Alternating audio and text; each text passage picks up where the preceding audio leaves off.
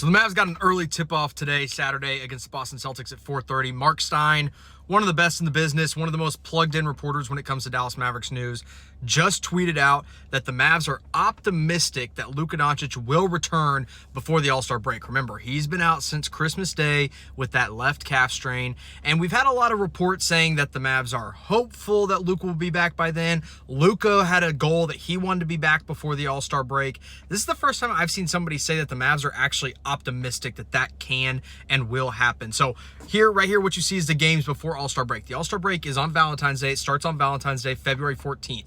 So that means he could return for really any one of these games. Maybe he's back for the very last one against the Miami Heat. Maybe it's like that week before and they give him a little time to settle in. So maybe you see him play in this Houston, Sacramento, Golden State game, and then he sits out for the back-to-back against Miami. Whatever it is, we are inching closer to a return. And if the Mavs can just stay afloat a little bit longer, it would go a long way.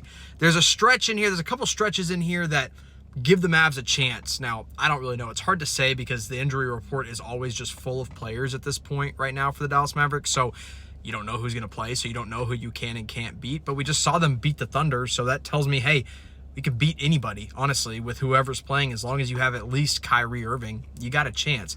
But Wizards and Pelicans, those are games the Mavs should win with or without Luka or Kyrie. The Pistons are a good team. Don't underestimate them. They are a very good basketball team this year. Cavs are obviously really good. Philadelphia, who knows? Who's going to even be playing in that game? You can't tell if it's a good or bad team. Boston, Houston, that's a tough stretch. Sacramento, Golden State, Miami, all three of those teams are solid competitors.